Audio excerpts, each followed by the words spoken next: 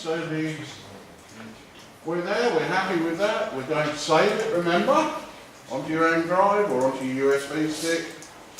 I'm just going to save onto your M drive. Picking up my M drive network, here we go.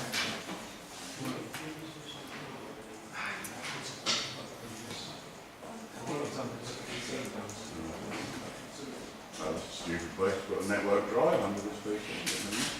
Right, so I'm going to call it design 2, because I've got design 2, design 3, but call it whatever you want, practice 1, practice 2, whatever.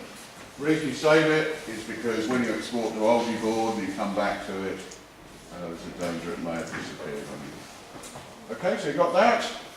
Now we're going to try and export this out to Multiboard. So, transfer to Multiboard, transfer to Multiboard 14.1. Notice it's an EWNet file or a Multiboard file, so you don't actually have to call the design something different because it's got a different extension on it.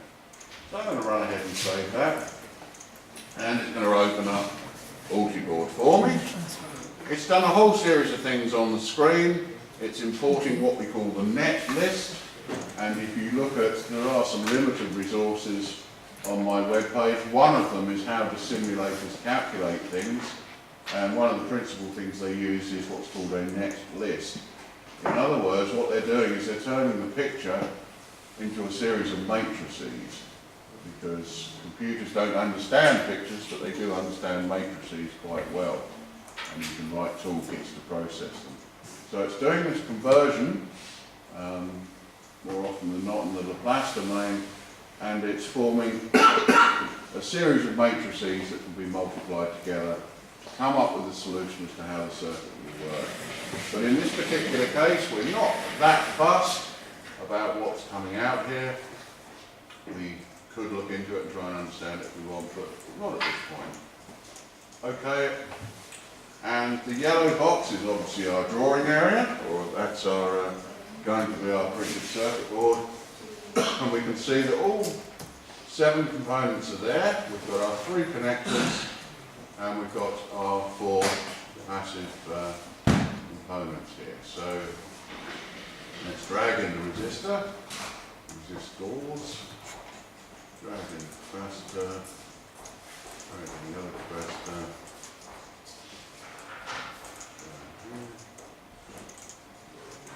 It's telling me I can't move the pad, so I've got to zoom in because I can't quite grab hold of that very neatly.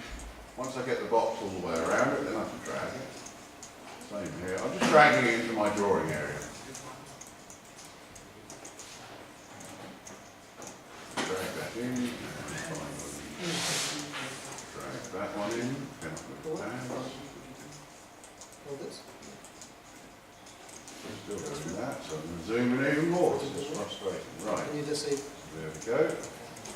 Now I can zoom out a bit. Well, I bet that's sort of neatening it up a bit, so let's drag some components around. Oh, that looks good. Look, that seems to have worked quite well. No, it doesn't.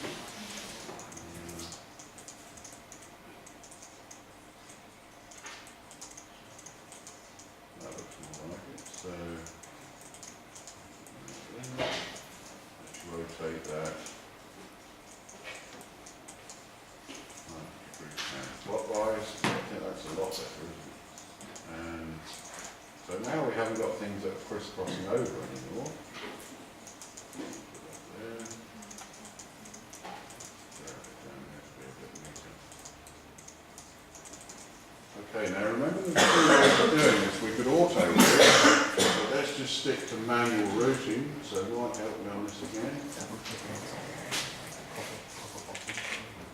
So we turn off copper top on the left-hand side here by double-clicking on it.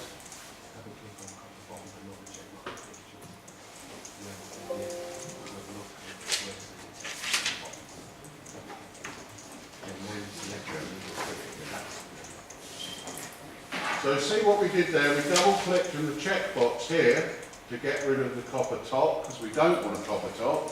If we were doing what's called SMT, surface mount, if we were doing surface mount, we would want to put the copper on the top. but we can put surface mount on the bottom as well. So once we've done that and we've got rid of that check there, then what we want to do is, which is the bit that I always got confused with, but the bit might help me with there is I've always clicked on the tick box here, but actually you just click on the thing that you want to do the drawing with. So in this particular case it's highlighted, but we need to double click to indicate that we want to use copper bottom. So now when we go up to here, look, and you can find line here or you can find line here. Often with these user interfaces you can find things in lots of different places. So we've got a line here, we've got a line at the top here, they're all the same thing.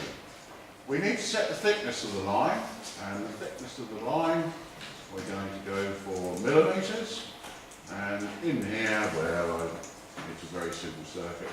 I'm going to go for 2 and press enter.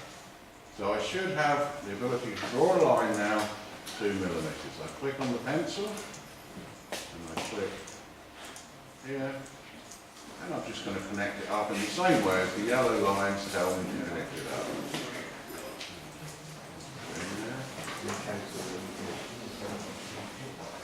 So that's that track wide. That's that track wide.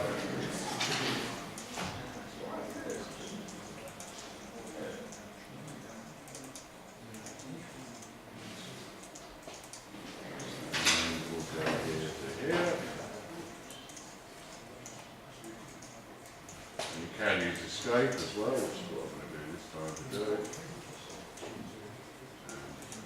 And lo and behold, that's our circuit. That's our printed circuit board made.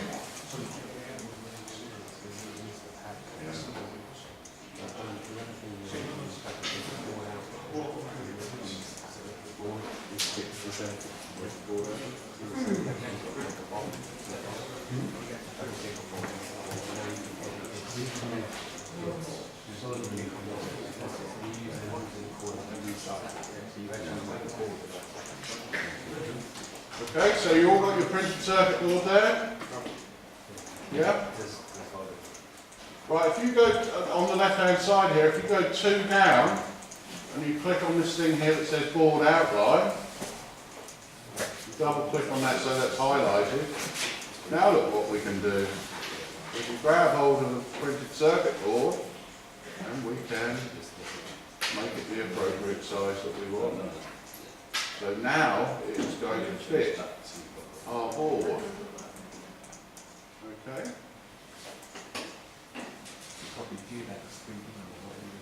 Yeah. So under tools, if you now go into tools and go to view 3D, that's what my board's going to look like. Isn't that nice? So we've gone, and you hold down the left mouse, you can drag it about and have a look at it. So we went from, and this is what, 10 minutes ago? We went from dragging components, we're now at a point where we've made a copper bottom, single layer PCB, and we can even see what it looks like. If we're not happy with it, we can go back. Unfortunately you do have to go quite a few steps back, pick up, and you can... There's your copper tracks on the bottom. John, lots of people are seeing very thin tracks. So Yes. they're not seeing what you're seeing. They're not seeing the same thing. That's because they haven't gone up to the top here, and they haven't selected inside here millimetres. So select millimetres, we work in millimetres mainly, and in here, highlight that, just type 2 for millimetres, and press enter. Then when you perform the drawing, the track will be the same width as you've selected. You can go thicker, you can go 5-10 millimetres, but then the trouble is you start to get overlaps and then it just all breaks down. Okay? So that's the manual drawing. Make sure you can resize your board and get something like I've got on there, and then we'll look at automatic a bit later.